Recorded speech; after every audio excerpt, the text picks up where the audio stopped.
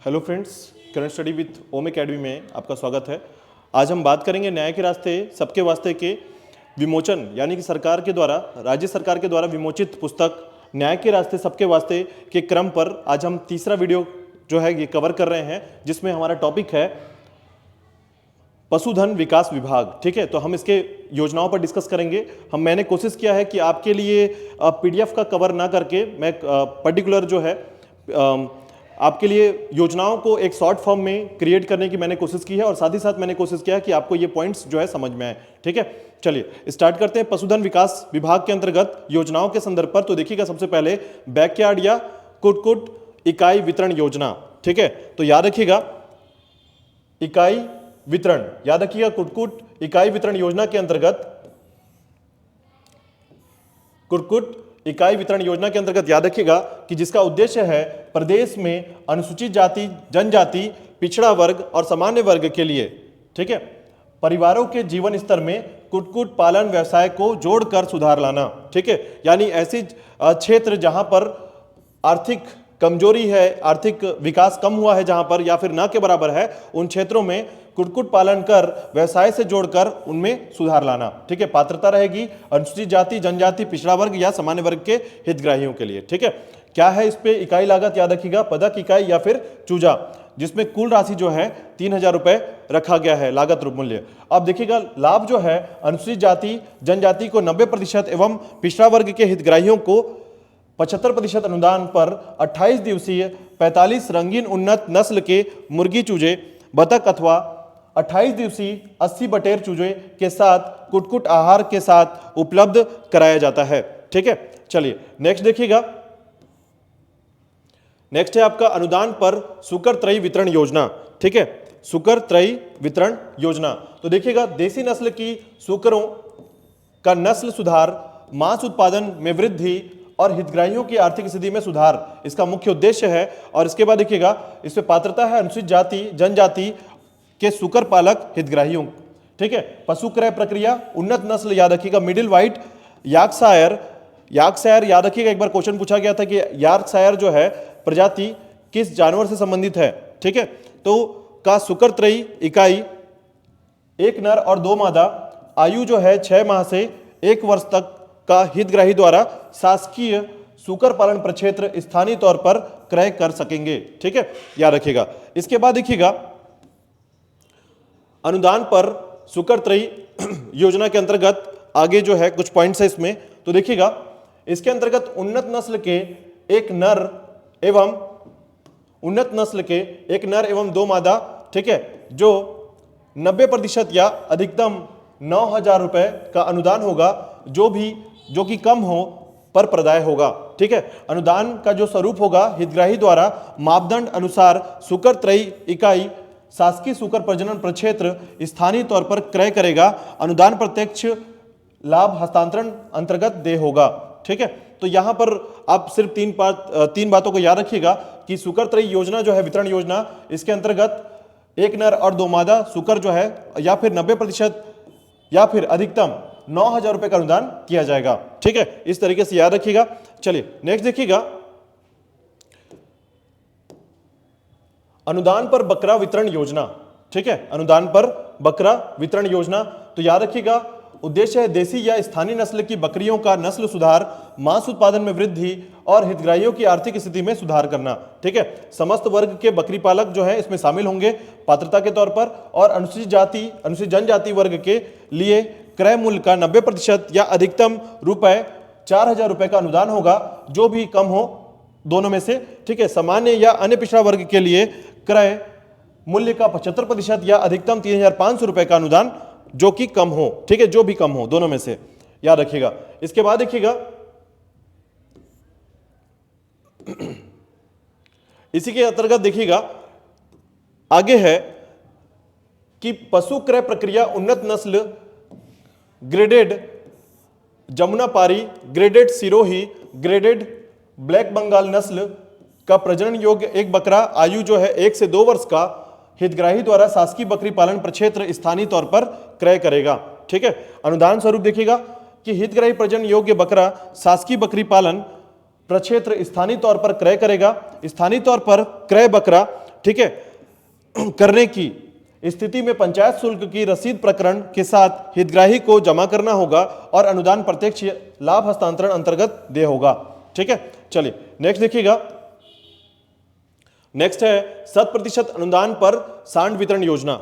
ठीक है, 100% अनुदान पर सांड वितरण योजना सुदूर अंचलों में जहां कृत्रिम गर्भाधान सेवा उपलब्ध नहीं है, ऐसे क्षेत्रों में नस्ल सुधार हेतु उन्नत नस्ल के सांडों द्वारा प्राकृतिक गर्भाधान की सुविधा उपलब्ध कराना। ठीक है, पात्रता है ग्राम पंचायत की अनुशंसा पर प्रगतिशील कृषक या प्रशिक्षण प्राप्त युवक। देखिएगा, लाभ जो है नस्ल सुधार हेतु उन्नत नस्ल के एक सांड 100% अनुदान पर प्रदाय होगा। ठीक है, चलिए नेक्स्ट देखिएगा। 100% अनुदान पर सांड वितरण योजना के अंतर्गत जो इकाई लागत होगी, इसके अंतर्गत देखिएगा कि शासकीय पशु प्रजनन प्रक्षेत्रों से क्रय की दशा में पुस्तकीय मूल्य पर परिवहन व्यय सहित अथवा निविदा से प्राप्त न्यूनतम दर परिवहन सहित योजना इकाई की लागत होगी। बीमा कंपनियों की प्रचलित दरों पर सांडों का बीमा किया जाएगा और बीमा की राशि भी इकाई लागत में सम्मिलित रहेगी। ठीक है, चलिए नेक्स्ट बिंदु पर देखिएगा, उन्नत मादा वत्स्य पालन योजना। ठीक है, तो देखिएगा उद्देश्य है लघु सीमांत कृषक या फिर खेतीहर मजदूर की आर्थिक स्थिति में सुधार हेतु, ठीक है, दुग्ध उत्पादन में बढ़ोतरी और हितग्राहियों में उन्नत मादा वत्स्य पालन के लिए रुचि उत्पन्न करना। ठीक है, अनुदान है सामान्य वर्ग के हितग्राहियों के लिए इकाई लागत का 75%, अधिकतम 15,000 रुपए, जो भी कम हो दोनों में से, या फिर अनुसूचित जाति जनजाति वर्ग के लिए इकाई लागत का 90% या अधिकतम 18,000 रुपए, जो कि कम हो दोनों में से। ठीक है, चलिए नेक्स्ट देखिएगा इसी के अंतर्गत कि पात्रता क्या होगी इनके अंतर्गत। तो पात्रता होगी इनके अंतर्गत लघु एवं सीमांत कृषक तथा भूमिहीन खेतीहर मजदूर जिनके पास कृत्रिम गर्भाधान से उत्पन्न स्वयं की बच्चियां हो। ठीक है, और योजना का देखिएगा ऐसे लघु सीमांत कृषक तथा खेतीहर मजदूरों जिनके पास कृत्रिम गर्भाधान से उत्पन्न स्वयं की उन्नत बच्चियां उपलब्ध हो को बच्चिया के भरण पोषण हेतु 4 से 24 माह की आयु तक 13 क्विंटल पशु आहार प्रदाय होगा। ठीक है, चलिए नेक्स्ट देखिएगा, राज्य डेयरी उद्यमिता विकास योजना। ठीक है, राज्य डेयरी उद्यमिता विकास योजना, और इसके अंतर्गत देखिएगा उद्देश्य है स्वरोजगार में वृद्धि करना, आय के अतिरिक्त स्रोतों के रूप में डेयरी व्यवसाय को प्रोत्साहित करना, प्रदेश में पिछड़े क्षेत्रों में दुग्ध और दुग्ध उपभोग के प्रति जन सामान्य में प्रति रुचि उत्पन्न करना और बेहतर पौष्टिक आहार उपलब्ध कराना। ठीक है, दुग्ध उत्पादन में संलग्न परिवारों की डेयरी इकाई का विस्तार तथा दुग्ध उत्पादन एवं उत्पादकता में वृद्धि। ठीक है, इसके अलावा देखिएगा पात्रता जो है सभी वर्ग के लोग, ठीक है, सभी वर्ग के हितग्राही लोग पात्र होंगे। अधिकतम 2 दुधारू पशु हेतु राशि लगभग 1,40,000 रुपए, सामान्य वर्ग हेतु वित्तीय लागत का 50%, अनुसूचित जाति जनजाति वर्ग हेतु 66, ठीक है, यानी 66.6%, यानी कि याद रखिएगा कि इसके अंतर्गत ये अनुदान राशि होगा। ठीक है, जिसमें 1,40,000 जो रुपए है ये 2 दुधारू पशु के लिए शामिल किया जाएगा, जिसमें सामान्य वर्ग के लिए 50% और अनुसूचित जाति जनजाति के वर्ग के लिए 66.6% का अनुदान देय होगा। ठीक है, इसके बाद देखिएगा कि प्राइवेट कृत्रिम गर्भाधान कार्यक्रम योजना, इसमें देखिएगा कि दूरस्थ क्षेत्रों में कृत्रिम गर्भाधान सुविधा का विस्तार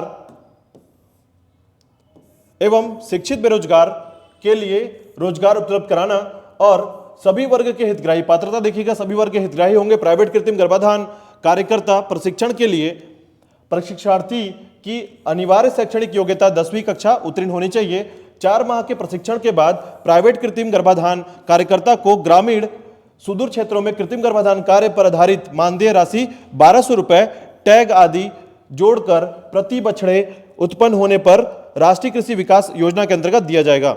ठीक है, चलिए नेक्स्ट देखिएगा पशुधन मित्र योजना, और ये इंपॉर्टेंट है, याद रखिएगा थोड़ा सा, पशुधन मित्र योजना। ठीक है, इसके अंतर्गत देखिएगा कि पशु चिकित्सा एवं पशु प्रजनन सुविधाओं का विस्तार करना, कार्यरत गौ सेवक और प्राइवेट कृत्रिम गर्भाधान कार्यकर्ताओं द्वारा सेवा प्रदाय एवं सूचना तंत्र सुदृढ़ करना और साथ ही साथ समुचित योगदान को सुनिश्चित करना।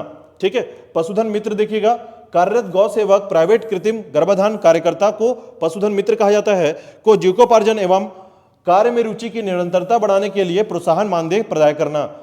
पशुधन विकास विभाग के कार्यकलापों, योजनाओं, कार्यक्रमों को गति प्रदान करना और पात्रता रहेगा कार्यरत और पंजीकृत गौ सेवक एवं प्राइवेट कृत्रिम गर्भाधान कार्यकर्ता।